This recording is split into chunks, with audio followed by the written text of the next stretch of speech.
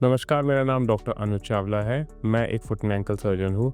अभी पिछले वीडियो में हमने बात करी एक्लीस टेंडन रप्चर के बारे में और उसमें क्या ट्रीटमेंट ऑप्शंस होती है और किस तरीके के होते हैं। अब हम बात करेंगे कि अगर एक्लीस टेंडन रप्चर है तो उसमें हम सर्जरी कर रहे हैं, तो उस सर्जरी में हम क्या करते हैं। दो तरीके के एक्लीस टेंडन रप्चर होते हैं, जैसे मैंने बताया, एक होता है इंसर्शनल और एक होता है नॉन इंसर्शनल।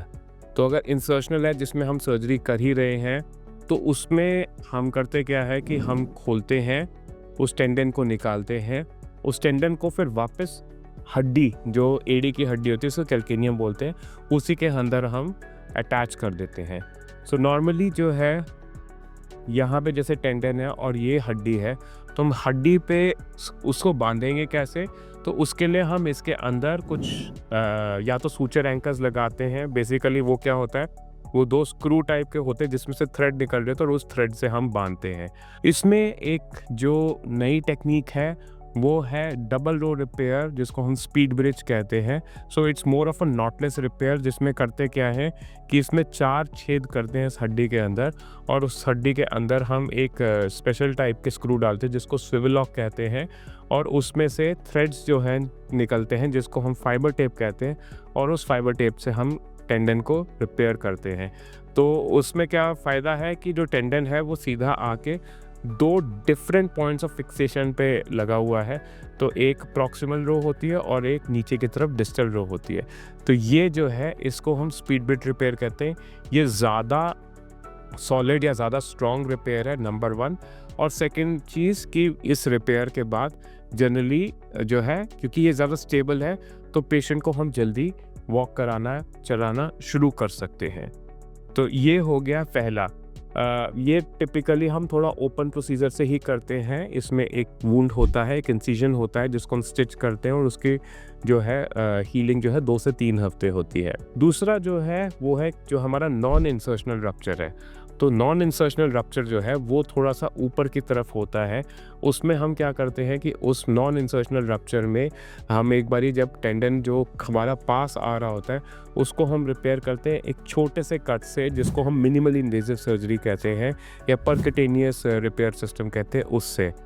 तो इस टेक्निक को जो हमारे इंडिया में अवेलेबल है उसका नाम है पार्स, यानी कि परक्यूटेनियस एक्लीस रिपेयर सिस्टम, जो एक इम्पोर्टेड कंपनी का है।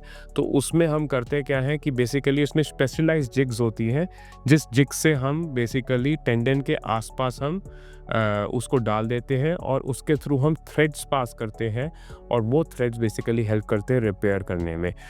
इसके लिए जहाँ पे हमारा रप्चर है वहाँ पे हम छोटा सा ही कट देते हैं, अराउंड 2 से 4 सेंटीमीटर का, और उस कट से ही हम पूरा का पूरा रिपेयर कर लेते हैं। इसमें अगर हमारा नीचे के टेंडन की क्वालिटी बहुत अच्छी नहीं है, तो कभी कभी जैसा हमने इनिशियल करा था, नीचे हड्डी के अंदर हम स्विvel लॉक एंकर्स डाल के भी उसको रिपेयर कर देते हैं। So that is also another way which is called as mid substance speed bridge. तो ये जो है इसका एडवांटेज ये है कि हमारे को पूरी की पूरी लेंथ ऑफ टेंडन से हम सूचर्स ले लेते हैं, और उसके बाद हम उसको रिपेयर कर देते हैं। और कट छोटा रहता है, क्योंकि एक्लीस टेंडन की जब सर्जरी होती है तो सबसे बड़ा प्रॉब्लम उसमें सबसे ज़्यादा रिस्क ही होता है इन्फेक्शन का। तो छोटे कट से जनरली इन्फेक्शन का रिस्क हमारा ख़त्म हो जाता है। इसके बाद हमारा, and these are all very stable repairs, तो इसके बाद जो है हमारा रिकवरी, जो रिहैबिलिटेशन है, वो बहुत ज़्यादा ज़रूरी है। Recovery tends to be more aggressive. इसमें हम ज़्यादा एग्रेसिव रहते हैं। How do we become more aggressive? We make the patient walk as soon as possible. तो दोनों ही केस में जनरली एक इक्वाइनस में या प्लांटर फ्लेक्शन में हम पहले प्लास्टर देते हैं शुरू के 2 हफ्ते के लिए, जब तक वुंड हील नहीं करता। उसके बाद एक बूट लगा के, या तो वैक्यूपेड रेंज ऑफ मोशन वाला बूट, या फिर एक नॉर्मल एयर कास्ट जिसके अंदर हम वेजेस लगा के हम पेशेंट को चलाना शुरू करते हैं, और 2 हफ्ते के बाद पेशेंट की फिजियोथेरेपी भी शुरू होती है। दिस बूट में stay for a longer period, may be around 8 weeks, 2 महीने, 2-2.5 महीने तक ये बूट रहता है। और उसके बाद हम इस बूट को हटा देते हैं और पेशेंट को नॉर्मल चलाने शुरू कर देते हैं। एक्लीस टेंडन रप्चर के बाद टोटल रिकवरी, जब पेशेंट इंडिपेंडेंटली आराम से चलना शुरू कर दे, उसमें 3 महीने लगते हैं। But for the patient to return to sports and return to the same strength जैसा कि उसकी सर्जरी से पहले थी, मैं कहूँगा 6 महीने से 1 साल लग जाते हैं एंड कभी-कभी 1 साल में भी दे अचीव ऑलमोस्ट 95%, 100% में कभी-कभी और ज़्यादा टाइम भी लग सकता है। तो रिकवरी में जो फर्स्ट पीरियड है वो है अच्छी सर्जरी का, that is something that we can do. But उसके बाद का जो रिकवरी के लिए जो चाहिए होता है वो है फिजियोथेरेपी। वो बहुत ज़्यादा ज़रूरी है and it comprises half of the treatment. तो surgery is just a half of the treatment, the remaining half is a good physiotherapy.